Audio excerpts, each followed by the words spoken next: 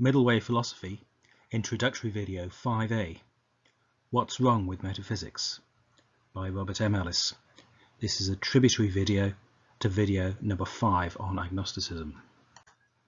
The middle way involves a process of navigation between positive and negative absolutes, or positive and negative metaphysics on either side. But what's wrong with metaphysics?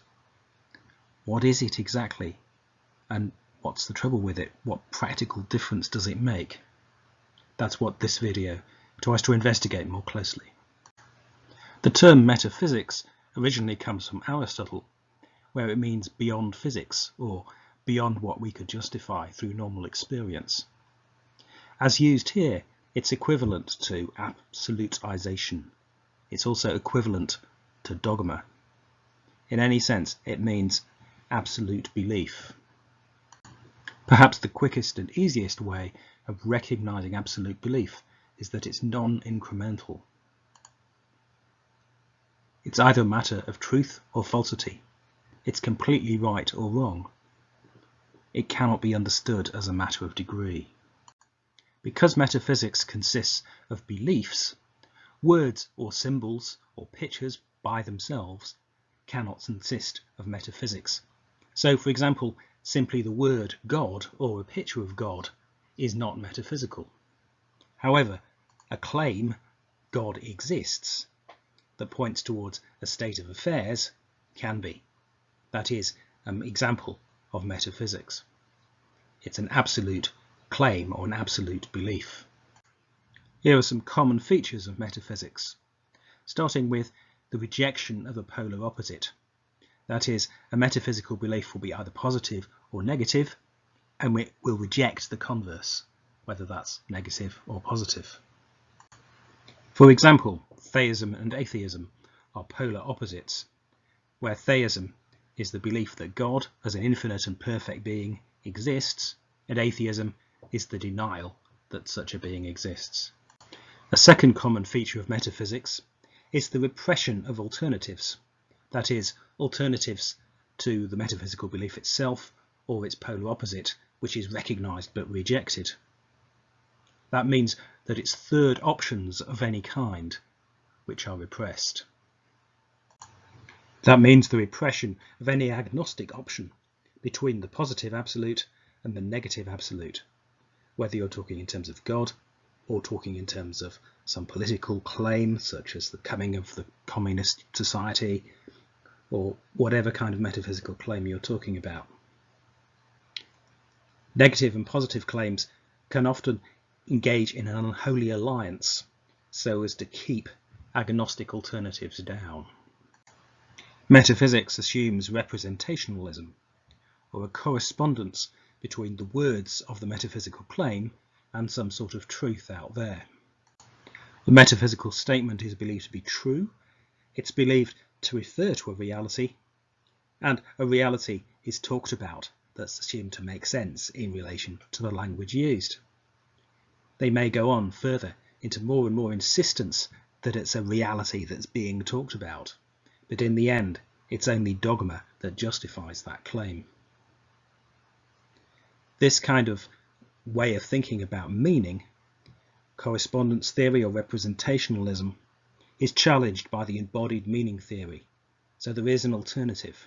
To find out more about that, look at the video on embodied meaning and skepticism in this series. Metaphysics assumes some kind of absolute source of information. It makes little difference whether the absolute source is a text, a person, a piece of reasoning, or an experience. It's the fact that this is taken absolutely that makes the difference. Any of these sources of information can alternatively be treated critically and weighed up against alternatives, but it's the fact that they're taken to be the whole story that's the problem here. Metaphysics also makes use of absolute conceptual boundaries that are imposed on the interpretation of our experience. Such conceptual boundaries may or may not lead to physical ones, but they are nevertheless a denial of incrementality, an absolutisation of one thing being separate from another thing. The acceptance of metaphysical belief is also defining of a group, and metaphysical beliefs tend to be associated with group membership. They have a similar role to a kind of totem or ritual for the group that keeps it together and gives it identity. For example, this communist ritual reaffirms the identity of the group of communists and the power of their leaders. It has almost nothing, if anything at all, to do with either the application or the discussion of communism as a set of beliefs. Metaphysics needs to be understood in terms of psychological states or brain states. Particularly, it can be seen as a state of over-dominance of the left brain, where a particular representation of the left brain becomes rigidified and remains in an over-dominant stuck position. Many philosophers are likely to object to the psychological treatment of metaphysics on principle. The philosophical approach to metaphysics tends to involve an obsession with content, that is, with the metaphysical beliefs themselves and what they're believed to be about.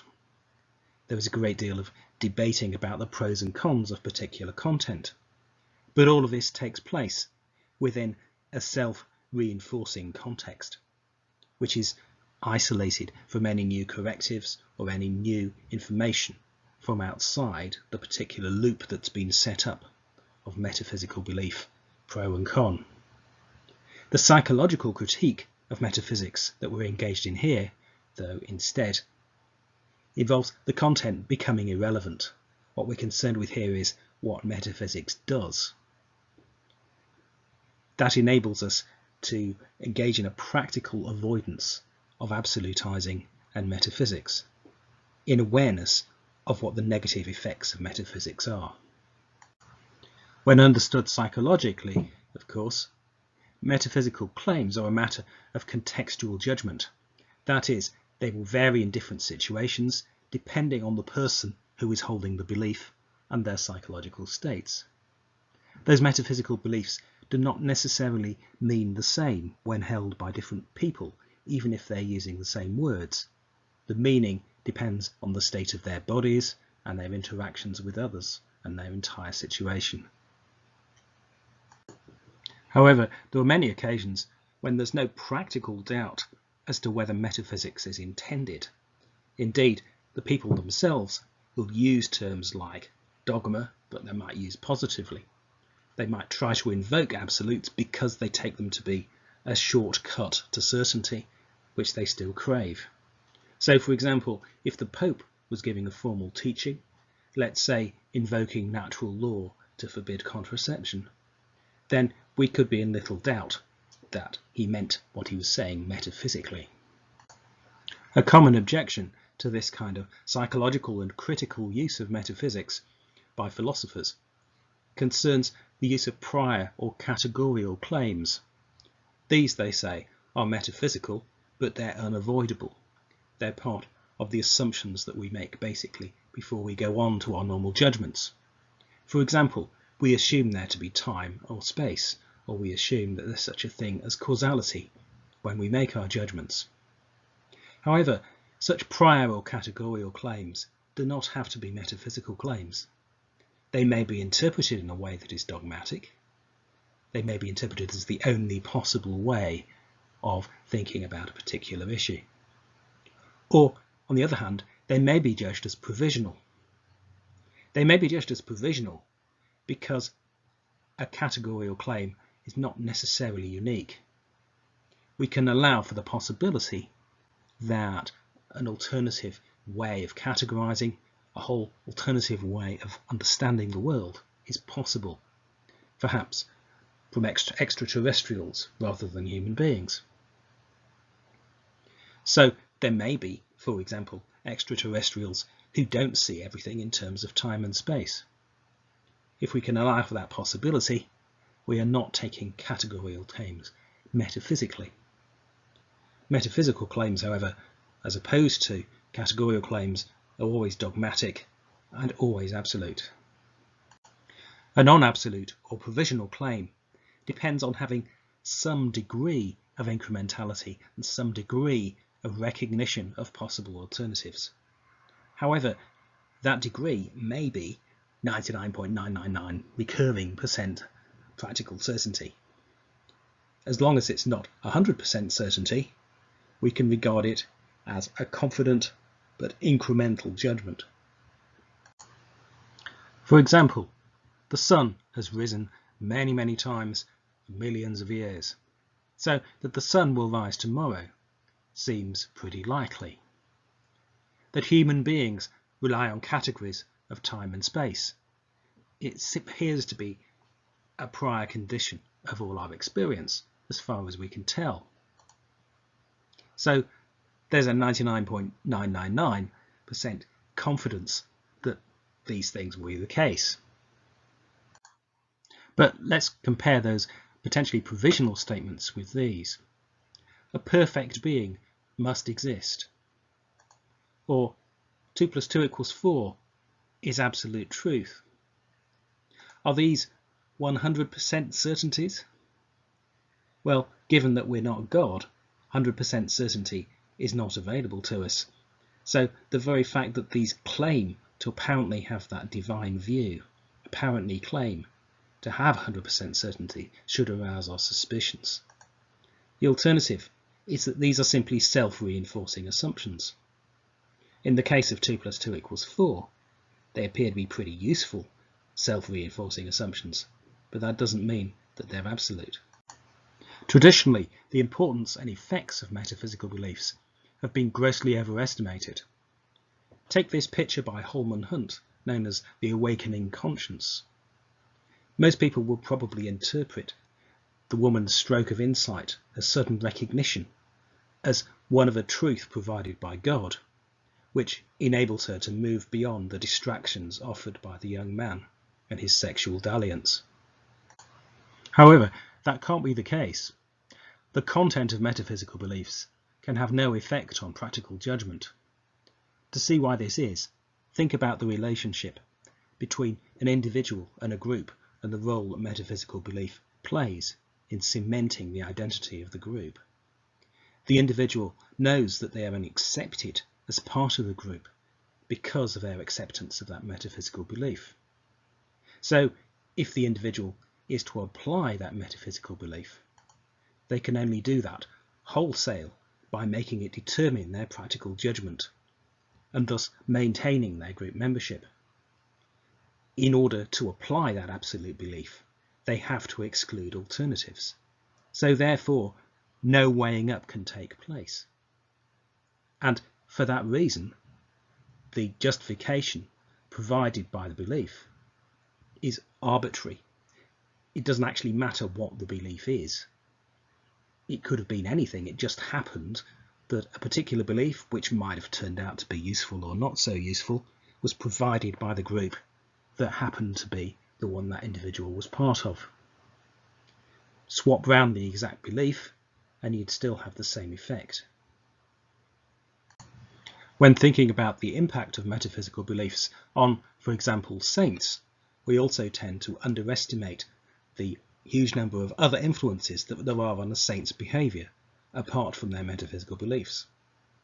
For example, there are community norms, which they're liable to have been brought up with, and which will make a huge difference to how they judge everything. There's individual experience and reflection, which is definitely not metaphysical, which indeed gives them their individuality as a saint.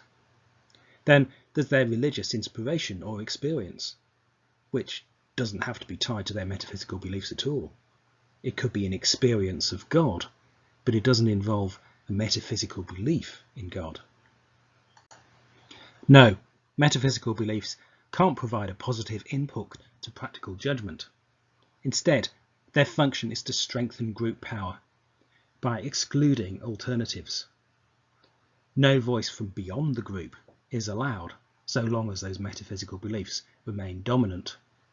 No experience of an individual member can be drawn on to challenge the group norm. In the much more insecure and less developed environment of ancient times, it's easy to see what the justifications might be for the shortcut involved in metaphysics to ensure unity, to ensure solidarity, to ensure order in a society.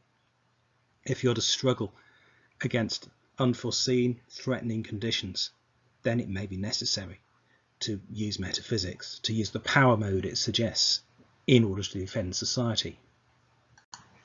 But the modern world is no longer that world. Instead, we live in an environment which would probably otherwise be reasonably stable if it were not for the interfering effects of metaphysics, of people electing demagogues into office who use shortcuts of a metaphysical kind in order to achieve their ends. For example, a good deal of the conflict in the world is attributable to metaphysics. Rather than solving our problems, it's creating unnecessary problems for us. What's wrong with metaphysics? Well, in a word, it's repressive. It's repressive at political level because it entrenches conflicts and it prevents alternatives that lie between the two poles being considered in any given conflict, whether that conflict is political, as for example, say, Israel and Palestine, or whether it's social, as say, atheism versus theism.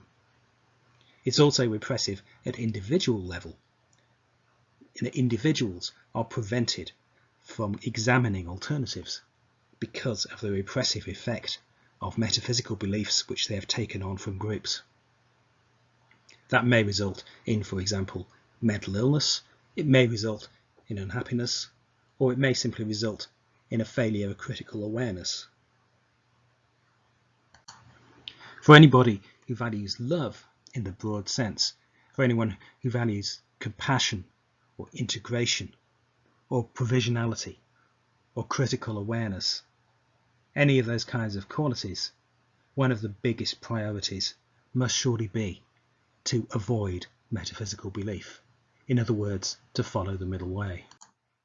So, to summarise, metaphysical beliefs indicate a psychological state of absolutising, which excludes alternatives and thus excludes provisionality. Each instance that may be of metaphysics needs to be judged contextually. After all, a given person may interpret the same words in a very different way from another. But the use of metaphysics is also often pretty clear in practice in some contexts.